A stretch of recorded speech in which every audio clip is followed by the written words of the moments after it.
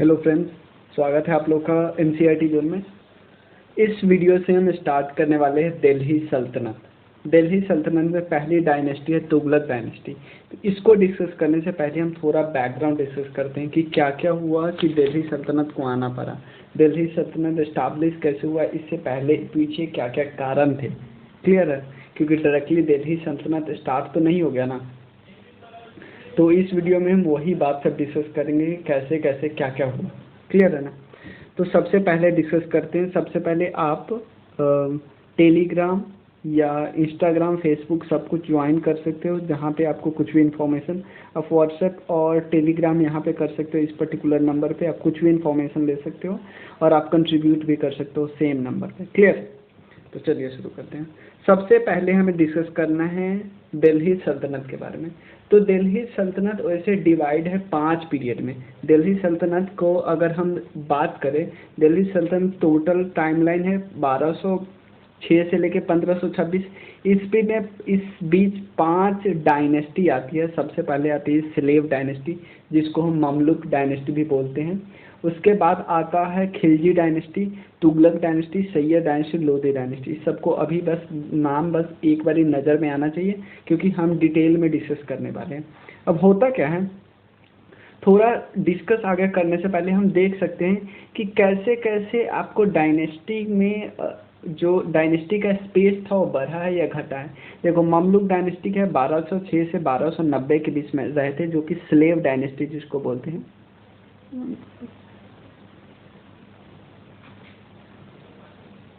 Clear?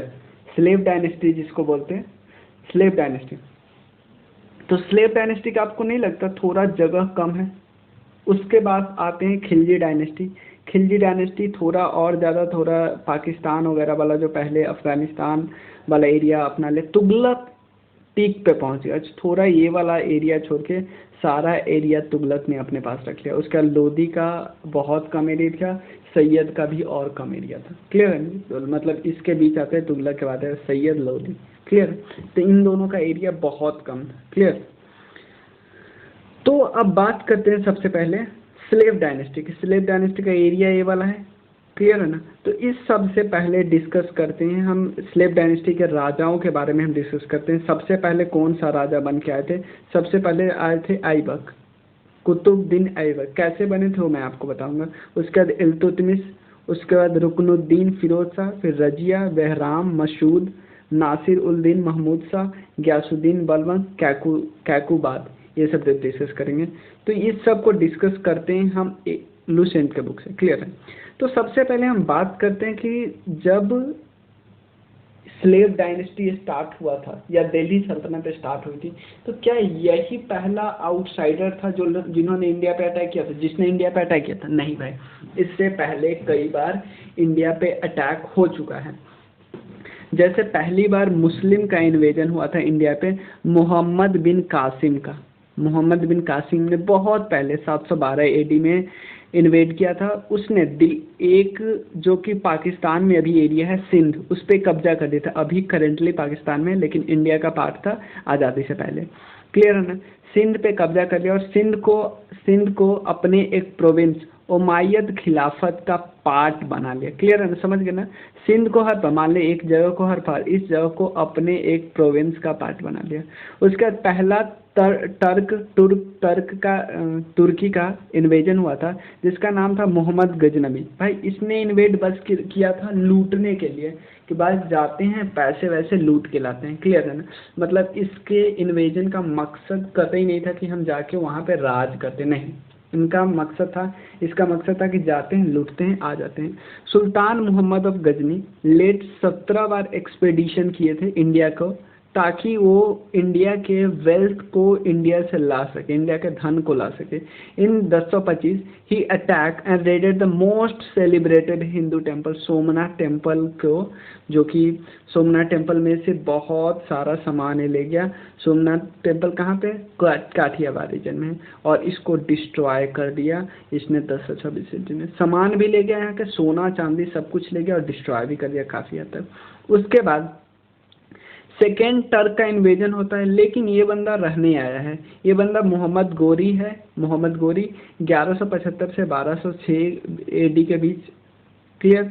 और इसने Mohammad Ghori InvIT करता है इंडिया और फाउंडेशन डालता है मुस्लिम डोमिनेशन का इंडिया में। He may be consider the founder of Muslim rule. हाँ, होता क्या है, जब मोहम्मद गोरी पहली बार आता है, पहली बार उसने लड़ाई लड़ता है किससे? पृथ्वीराज चौहान से। कौन सा था? Battle of Tarain. पहले लड़ाई लड़ता है जिसमें पृथ्वीराज चौहान जीत जाते हैं, लेकिन पृथ्वीराज चौहान दिल्ली के राजपूत थे। राजपूताना किंग था ना उस समय, राजपूत लोगों का नॉर्थ इंडिया में वर्चस्व था, वो लोग किंग थे। तो इन्होंने क्या किया, इन्होंने माफ़ कर दिया। इन्होंने सोचा कि माफ़ करने से फ़ायदा होगा कि ये मेरा दोस्त बन जाएगा, और जो क्योंकि नॉर्थ वेस्ट पे हमेशा हमारा इंडिया क्या रहा है, थोड़ा वनरेबल रहा है कि उधर से अटैक होता रहता है। एक बार ये बंदा अगर दोस्त बन जाता तो उधर से अटैक नहीं होने देता ना। लेकिन मोहम्मद गोरी ने चाल कर दी। मोहम्मद गोरी ने कुछ लोगों को साथ मिलकर, कुछ राजपूत के साथ मिलके ही अटैक कर दिया, जिसमें आते हैं राणा सांबा आता है, क्लियर है ना।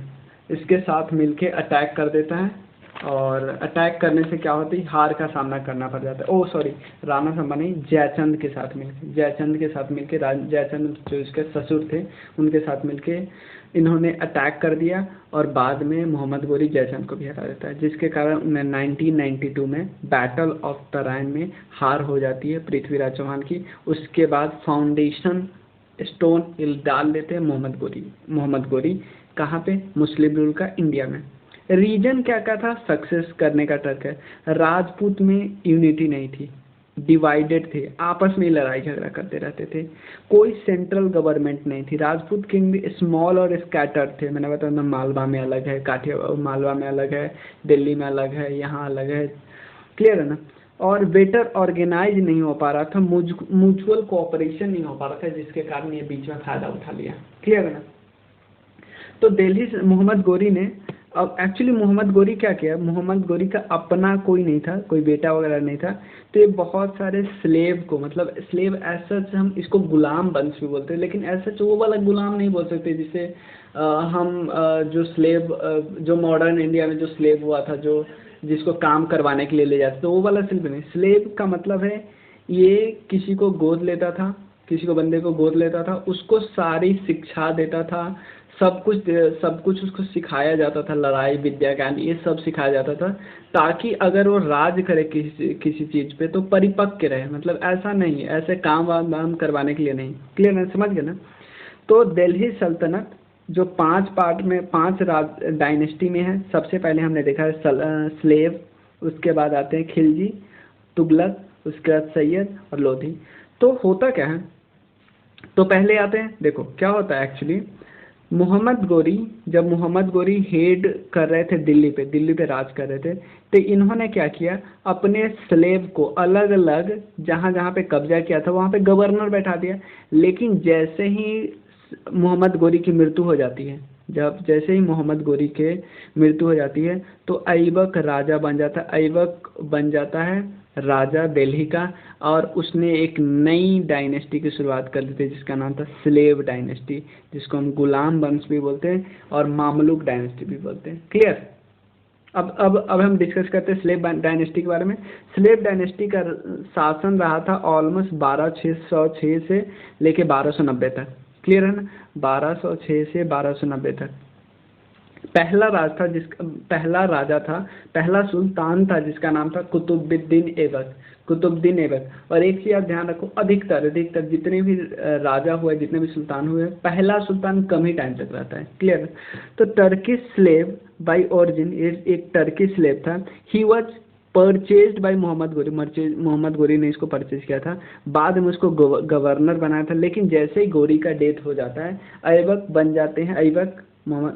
कुतुबुद्दीन ऐबक बन जाते हैं मास्टर ऑफ हिंदुस्तान, और उन्होंने स्लेव डायनेस्टी की स्थापना की। इतने वो लोगों की मदद करते थे, इसलिए उनको नाम पड़ गया लाल बख्श। एक क्वेश्चन आ सकता है कि लाल बख्श जो किसके नाम से जुड़ा है, गिवर्स ऑफ मतलब बहुत लोगों को देते थे, दान देने में बहुत पारंगत थे। उनकी मृत्यु हो जाती है ऑलमोस्ट 4 साल जब राज किए थे तभी। और उस खेल का नाम है पोलो। पोलो आपको पता ना, जो हॉर्स पे चढ़ के नहीं, ऐसे गोल्फ की तरह मारते रहते हैं, वो वाला होता है पोलो।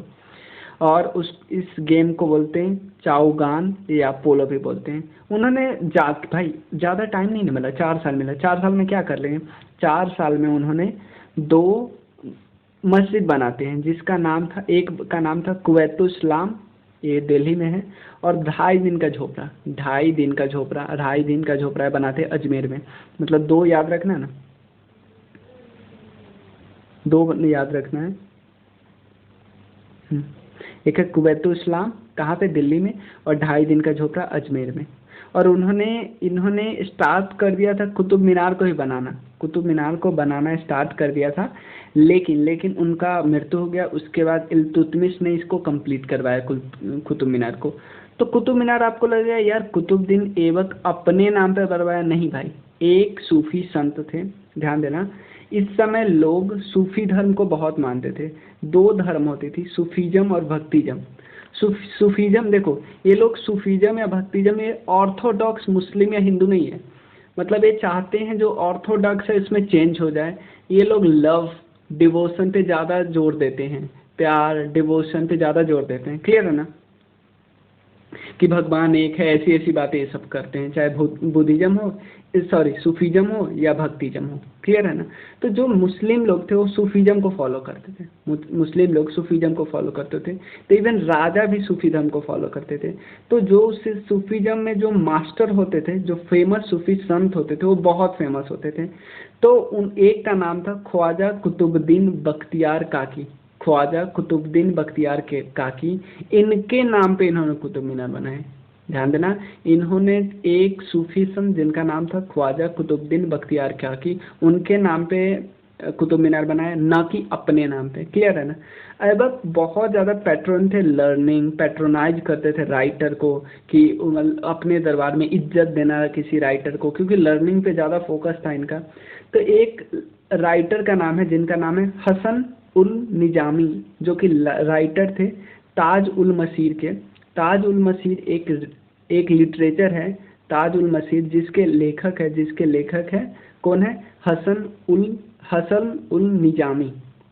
उसके बाद एक और है जिनका नाम है फकरुद्दीन। फकरुद्दीन किस चीज़ के लिखर है?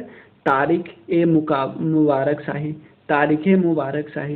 क्लियर है। 2 ऑथर का नाम हमें पता चल गया, हसन उल निजामी और फकरुद्दीन, दोनों का नाम पता गया, दोनों की किताब का नाम पता चल गया। और कुतुबुद्दीन ऐबक के नाम से और 2 इनने कंस्ट्रक्शन किए थे, उनका नाम उस चीज़ का पता चल गया। एक कुवैतुल इस्लाम था, और एक था 2.5 दिन का झोपड़ा। दोनों जगह अलग अलग जगह बनवाया था, पता है। और कुतुब मीनार को भी इन्होंने स्टार्ट किया था। कुछ फ्लोरे बनवाए थे, बाद में इनकी मृत्यु हो गई। अब आते हैं इल्तुतमिश एक्चुअली इनके दामाद थे। हुआ क्या, इनके बेटे, देखो कुतुबुद्दीन ऐबक ने अपने बेटे को बनाया आराम बख्श को राजा 1211 इसमें। मतलब कुतुबुद्दीन ऐबक का बेटा बन गया आराम बख्श, क्योंकि फादर के बाद उसके बेटे बनते हैं। लेकिन क्या होता, आराम बख्श उतने ज़्यादा काबिल नहीं होते थे, इनको हड़प लेते हैं, इनके जगह पे बैठ जाते हैं कुतुबुद्दीन ऐबक के दामाद, सन इन लॉ। कौन है? जिसका नाम है शमसुद्दीन इल्तुतमिश। 25 साल तक रहते हैं और बोला जाता है कि ये रियल फाउंडर है। क्लियर है ना। दिल्ली सल्तनत के इन्होंने Delhi the capital in the place of Lahore, इन्होंने जो अभी तक कैपिटल कौन था, अभी तक कैपिटल था लाहौर, इन्होंने दिल्ली कैपिटल शिफ्ट किया, अपना कैपिटल दिल्ली शिफ्ट किया, ताकि क्योंकि इनको पता था हम बढ़ाएंगे तो सही, मतलब अपने राज्य को बढ़ाएंगे तो थोड़ा लाहौर से थोड़ा दिल्ली ईस्ट के तरफ आएंगे तो जो और राज्य को, जैसे बिहार बंगाल वाला, ये राज्य को भी हड़प सकते हैं। क्लियर है ना। उसके बाद होता क्या है, ही सेव दिल्ली सल्तनत को इन्होंने सेव किया from the wrath of Genghis Khan the Mongol leader by refusing shelter of Khwarizmi Shah. देखो होता क्या है, उस समय जो मंगोल के जो लीडर थे ना, चंगेज खान बहुत ज़्यादा पावरफुल थे। क्लियर है ना। और चंगेज खान ने, ध्यान देना, चंगेज खान ने ख्वारिज़्म शाह को पीछा करा था, ख्वारिज़्म शाह को पीछा करा था। अब ख्वारिज़्म शाह को अपने दरबार में वो जगह देते या अपने दरबार में पनाह देते, इसका मतलब चंगेज खान से सीधा सीधा दुश्मनी मोल लेना हुआ कि नहीं। लेकिन इस समय इल्तुतमिश इस मतलब ऐसे परिस्थिति में नहीं था कि वो चंगेज खान जो इतना पावरफुल था, पूरे मतलब देश का, वर्ल्ड का सबसे पावरफुल माना जाता था, one of the powerful person माना जाता था, उससे दुश्मनी लेने इसकी इतनी हिम्मत तो नहीं थी अभी। तो उसने चंगेज खान, उसने ख्वारिज़्म शाह को पनाह नहीं दिया अपने दरबार में, अपने राज्य में। इसका मतलब चंगेज खां के नज़र में आ गया कि यार ये तो बंदा अपना ही है, क्योंकि इसने हमारे दुश्मन को अपने राज्य में जगह ही नहीं दी। क्लियर है ना। नहीं तो हो सकता था अगर ख्वारिज़्म शाह को जगह दे देता, ध्यान देना, जगह दे देता तो हो सकता था उसी समय मंगोल का अटैक हो जाता इंडिया पे। क्लियर ना, मतलब स्लेव डायनेस्टी पे। क्लियर है ना। स्लेव्ड यानी मंगोल के आतंक से बचाया इन्होंने। अब होता क्या है, इन्होंने सिल्वर कॉइन को इंट्रोड्यूस किया जिसका नाम है टन का, और कॉपर कॉइन जिसका नाम है जीटल। ही ऑर्गेनाइज इक्ता सिस्टम को इंट्रोड्यूस किया, सिविल एडमिनिस्ट्रेशन में रिफॉर्म लाया, आर्मी में रिफॉर्म लाया, और सेंट्रली पेड एंड रिक्रूटेड बनाया, कि मतलब कि आपको पेमेंट मिलेगा, सेंटर से पेमेंट मिलेगा, रिक्रूट डायरेक्ट किया जाएगा। क्लियर है ना। डायरेक्ट मतलब ये थोड़ा अपना चाह रहा है कि सेंट्रलाइज सिस्टम रखा करें। उसके बाद क्या होता है, उन्होंने ध्यान देना, इसको पता था भाई मैं अकेले चला नहीं सकता, इसलिए मुझे चाहिए कुछ बंदे जो बहुत दिमाग वाले हो, जिनके पास बहुत ज्ञान हो। तो उन्होंने 40 बंदों का एक ग्रुप बनाया जिसको हम चालीसा बोलते हैं। चालीसा, इन्होंने नोबिलिटी मतलब इन्होंने भी अपना स्लेव बना लिया, जिनको ज़्यादा पावर। देखो पहले इन्होंने सोचा होगा 40 अच्छे बंदे चुनेंगे, अच्छे बंदे जिनके पास ज्ञान हो, नॉलेज हो। समझ लीजिए इन्होंने एग्ज़ाम लिया होगा, किसी चीज़ से एग्ज़ाम लिया होगा, ताकि ये लोग हर लड़ाई में, पढ़ाई में, सब कुछ में टेस्ट लिया होगा। क्लियर है, टेस्ट लिया होगा। फिर उन्होंने 40 बंदे चुने होंगे। 40 बंदे चुने होंगे तो 40 बंदे इनके राज्य में सहायता कर सकते बहुत ज़्यादा, क्योंकि उनके पास बहुत नॉलेज है उस 40 के पास। तो इनको बोलते हैं थे चालीसा या चाहलगनी। क्लियर है ना। He completed the construction, Qutub Minar का कंस्ट्रक्शन खत्म करवाया। उसके बाद मिनहाज उल सिराज को इन्होंने पैट्रोनाइज किया। और ये मिनहाज उल सिराज किस टेक्स्ट के, किस लिटरेचर के राइटर थे, उस लिटरेचर का नाम है तबाकत ए नसीरी। क्लियर, हम समझ गए ना। अब आते हैं, अब होता क्या है कि इल्तुतमिश अपने डेथ होने से पहले ही बता देता है कि मेरे दरबार की, मतलब मेरे राज्य की, मेरे सल्तनत की अगली सुल्तान बनेगी मेरी बेटी, क्योंकि इनको पता था मेरी बेटी में ही वो सारा गुण है जो राज्य को संभाल सके। भाई अब खुद सोचो, जो ऑर्थोडॉक्स मुस्लिम हो गए उनको अच्छा लगेगा, वो तो बिल्कुल इसके विरोध करेंगे, लेकिन इल्तुतमिश के सामने तो उनको विरोध नहीं कर सकते, लेकिन इल्तुतमिश के डेथ हो जाने के बाद ये विरोध कर सकते थे ना। तो रकनुद्दीन को सबने मिलकर राजा बना दिया, इनकी बहन को नहीं, रजिया सुल्तान को नहीं। रजिया सुल्तान इल्तुतमिश की बेटी थी। तो he was the son of Iltutmish and was crowned by her mother. उनके मदर ने इसको, मदर का नाम था Shah Turkan. After death of Iltutmish he was deposed by Razia, उसने daughter when he was out of the capital to curb a rebellion in Awadh. देखो रुकनुद्दीन जैसे ही अवध गया, भाई कुछ रिबेलियन हो गए थे, रुकनुद्दीन वहाँ पे लड़ाई करने गया, थोड़ा सॉर्ट आउट करने का प्रॉब्लम को। रजिया सुल्तान दरबार के राजा बन गई, मतलब सुल्तान बन गई। तो इल्तुतमिश एक्चुअली रजिया को ही नॉमिनेट किया था, आपको पता होना चाहिए, एज ए सक्सेसर। लेकिन नोबल्स लोग बनने देंगे भाई। नोबल्स लोग में ऑर्थोडॉक्स लोग बैठे हुए हैं जो बोलते हैं लड़कियां हमेशा पर्दा में रहना चाहिए, बुर्का पहनना चाहिए, वो और जो रहती ही नहीं थी, बुर्का में रहती थी नहीं थी। तो जो नोबल्स लोग हैं उनको तो इससे प्रॉब्लम हो गई, तो नोबल्स लोग सोचने लगे कैसे ना कैसे करके इसको हटाया जा सके। इवन इसके फैमिली के लोग भी जानने लगे हटाया जा सके। लेकिन रजिया सुल्तान का पब्लिक में बहुत ज़्यादा क्रेज था, पब्लिक लोग बहुत मानते थे इनको, पब्लिक लोग चाहते थे कि ये एक क्वीन बन के रहे। क्लियर है ना? होता क्या है, However, Razia got rid of the Ruknuddin and ascended the throne, पे बैठ गई, अब दरबार पे बैठ गई। अब होता क्या है, ये पहली और एकमात्र मुस्लिम लेडी है जिन्होंने इंडिया पे राज किया था। She was very popular among the people but was not acceptable to the noble, पसंद ही नहीं था भाई। और जो भी थियोलॉजियन वो लोग होते हैं जो अपने आप को धर्म का ज्ञाता बोलते हैं। She further offended the nobles by her preference for Abyssinian slave याकूत। भाई एबेसियन एक स्लेव थे, एबेसियन जगह का नाम है, वहाँ का स्लेव याकूत था। याकूत को जब ये प्रेफर करती थी हर बात बात के लिए, याकूत से सलाह लेना, याकूत से भेजना, याकूत से डिस्कस करना, तो ये बात और नोवेल्स को या थियोलॉजियन को और पसंद नहीं आती थी। Soon after his accession, the governor of Multan, भाई ऑब्वियसली जैसे ही राज करेगी, जैसे जैसे मान लो मेन है यहाँ पे सेंटर है, सेंटर पे बहुत सारे गवर्नर है, मतलब बहुत सारे प्रोविंस है, तो इन लोगों को पसंद आए कि मेरे ऊपर जो जिस इंसान के, इन लोगों के दिमाग में ऐसा है कि मेरे ऊपर तो सिर्फ एक राजा मेल सुल्तान ही राज कर सकता है, इनके ऊपर एक वुमेन बैठी, इनको पसंद आ गई, इन्होंने रिवेलियन करना शुरू कर दिया, इन्होंने रिवोल्ट करना शुरू कर दिया। कहाँ कौन कौन ने किया? मुल्तान ने, बदाऊन ने, हाँसी ने और लाहौर ने, सब ने ओपन रिवोल्ट कर दिया। या इतना सीरियस रिवेलियन होगा कि जैसे भटिंडा में भी सीरियस रिवेलियन हो गया। अल्तुनिया जो कि भटिंडा के गवर्नर थे, उन्होंने साफ साफ मान दिया कि नहीं, हम रजिया को मानते ही नहीं अपना क्वीन। अब रजिया को तो जाना पड़ा, रजिया किसके साथ जाएगी? रजिया का जो फेवरेट इंसान था याकूत, उसके साथ चली गई। लेकिन जो बटिंडा का गवर्नर है अल्तुनिया, वो भी कम पावरफुल नहीं था। अल्तुनिया याकूत का मर्डर कर देता है और रजिया को जेल में डलवा देता है। लेकिन रजिया के पास कुछ ऑप्शन नहीं था, रजिया शादी कर लेती है अल्तुनिया से जो कि गवर्नर थे बटिंडा के, और फिर चल जाती है दिल्ली की तरफ। चलो भाई दिल्ली में देखते हैं दिल्ली में क्या हो रहा है, दिल्ली में मेरे सीट पर कोई बैठ तो नहीं गया। लेकिन रजिया को शिकार बन जाती है नोवेल्स के कॉन्स्पायरेसी के, और उसको असैसिनेट कर दिया जाता है नियर कटियाल हरियाणा में, उसको मार गिराया जाता है। क्लियर है ना? मतलब इनके साथ कॉन्स्पायरेसी कर लिया जाता है, कुछ लोग इनको चक्कर में फंसा देते हैं और इनको मार देते हैं। क्लियर है? उसके बाद आता है कौन आता है नेक्स्ट? आता है बहराम शाह रजिया के बाद, मतलब रजिया खान। आफ्टर रजिया इल्तुतमिश का तीसरा बेटा था बहराम खान, वो बैठता है थ्रोन पे। किन्होंने बताया? चालीसा ने बैठाया। चालीसा आपको पता चल गया कौन है?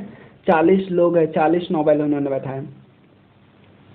देखो बहराम शाह बस नाम का राजा था, नाम का राजा था, मतलब सारा पावर किसके पास था? सारा पावर चालीसा के पास था। ये बस एक डी यूरे रूलर था, लेकिन डी फैक्टो रूलर कौन था?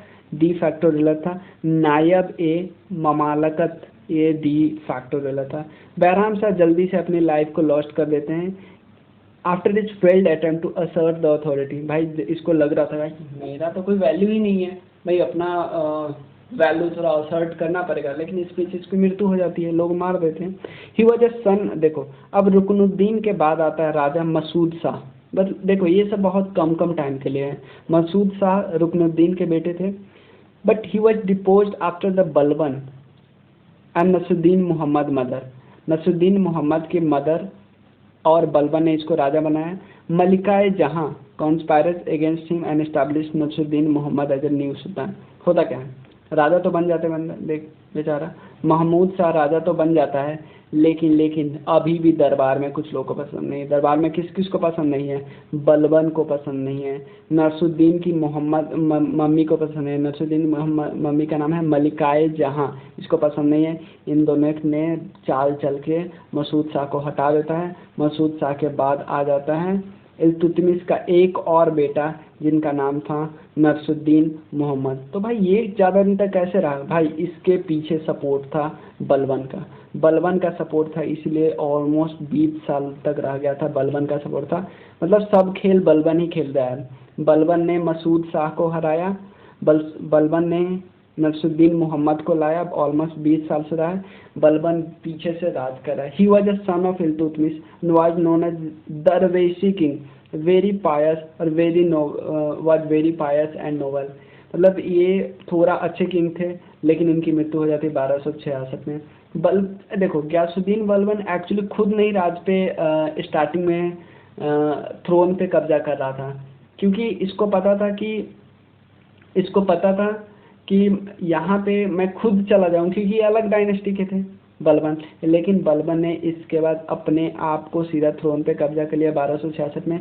लेकिन इसको पता था चालीसा मुझे ठीक से जीने नहीं देंगे, तो इसने चालीसा के पावर को खराब कर दिया, और अपना प्रेस्टीज, जो क्राउन का प्रेस्टीज अभी तक यहाँ से यहाँ तक गायब था, तो अब क्राउन का प्रेस्टीज इन्होंने लाना शुरू किया। और इनका ज़्यादा मकसद लड़ाई वड़ाई में नहीं था, ये इनका मानना था जितना टेरिटरी मेरे पास है बस वो स्टेबिलिटी उसको करे। To keep himself well informed, Balban ने अपनी स्पाइसेस, मतलब बहुत सारे जो होते हैं ना कि मुझे इन्फॉर्मेशन दे, ये सब रखते थे, ताकि सुनते थे चालीसा के बाद कुछ भी बात हो मुझे पता चले। He created a strong centralise army, ताकि इंटरनल डिस्टर्बेंस, क्योंकि इनको पता था मैं स्लेव डायनेस्टी का नहीं हूँ तो कभी भी विद्रोह हो सकता है, तो इसलिए इन्होंने इंटरनल डिस्टर्बेंस को, इवन मंगोल को इन्होंने चेक किया, ताकि जो कि मंगोल दिल्ली सल्तनत पे डेंजर क्रिएट करने वाले थे। उन्होंने मिलिट्री डिपार्टमेंट बनाई जिनका नाम था दीवाने अर्ज। उसके बाद एक पर्शियन कोर्ट मॉडल बनाया। बलबन चाहते थे पर्शियन कोर्ट मॉडल, बलबन अपने आप को भगवान का एक भक्त बताते थे, यानी इनको डिवाइन किनशिप वाला देना चाहते थे, क्योंकि जैसे ही लोगों को डिवाइन किनशिप मिल जाता है, डिवाइन किनशिप अगर मिल गया कि मुझे तो भगवान ने ही भेजा है राज करने के लिए, आप लोग के भलाई करने के लिए, तब किसी राजा को प्रॉब्लम नहीं होता है। तो इन्होंने क्या किया, इन्होंने टाइटल ले लिया जिल्ले इलाही का मतलब शैडो ऑफ गॉड, क्लियर है ना। इन्होंने एक सिस्टम लाया जिसका नाम था सिजदा और पैबोस। सिजदा का मतलब है कि मोनार्क जब भी राजा होता है, राजा के सामने आप झुकते हो और उनके पैर को चूमते हो, क्लियर है ना, ये था सैल्यूटेशन करने का अधिकार। He destroyed the Mewati Rajput brigade in the Doab area में। इन्होंने मेवाती के राजपूताना जो ब्रिगेड था उनको ख़त्म करवाए। इवन इन्होंने बहुत सारे फॉरेस्ट को कट करवाए और वहाँ पे अपना फोर्ट बनवाया। इनको लगता था कि क्या होता है, जो इंटरनल डिस्टर्बेंस कुछ लोग कर देते हैं और फिर फॉरेस्ट में जाके छुप जाते हैं, इसलिए इन्होंने फॉरेस्ट वगैरह का भी कटवा दिया। In his last day he overlook the sultanate affair due to the death of his eldest son और most loving son Muhammad and rebellion by the closest and most love slave Tughril. देखो होता क्या है, इनको दो प्रॉब्लम बहुत घिरा जा रहा था। एक तो इनके सबसे बड़े बेटे की डेथ हो गई और रिवेलियन हो गया, रिवेलियन करने लगा, रिवोल्ट करने लगा। इसका सबसे इम्पोर्टेंट, सबसे प्यारा स्लेव था Tughril. Mohammad died fighting the Mongol से लड़ाई करते करते इन्होंने अपने जान को त्याग दिया। उसके बाद होता क्या है, क्लियर। उसका लास्ट आता है, लास्ट में ऑलमोस्ट खत्म ही हो जाता है इसका राज।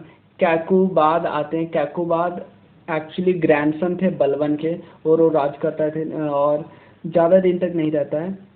फखरुद्दीन इसको राजा बना देता है और फखरुद्दीन उसमें कोतवाल थे दिल्ली के, और who assume high political authority during the last stage of Balban. Balban जब लास्ट डे था ना, तो क्योंकि बलबन का हेल्थ वगैरह ख़राब होने लगा था, तो बलबन के समय में फखरुद्दीन इम्पॉर्टेंट रोल प्ले करता था। तो फखरुद्दीन ने बलबन के ग्रैंडसन पोता को इन्होंने राजा बना दिया।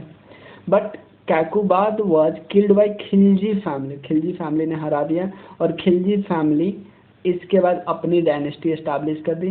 स्लेव डायनेस्टी के बाद खिलजी डायनेस्टी आ गया। क्लियर है ना, यहाँ तक हमें कोई प्रॉब्लम नहीं है। तो इस वीडियो में हमने दिल्ली सल्तनत किया। नेक्स्ट वीडियो में हम डिस्कस करेंगे खिलजी डायनेस्टी। नेक्स्ट में हम खिलजी और तुगलक दोनों कर लेंगे।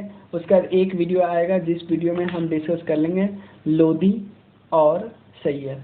क्लियर है ना, और उसी वीडियो में हम एडमिनिस्ट्रेशन डिस्कस कर लेंगे, आर्ट एंड आर्किटेक्चर डिस्कस करेंगे।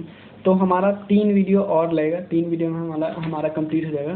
क्लियर है, 3 वीडियो। चलो, थैंक यू सो मच।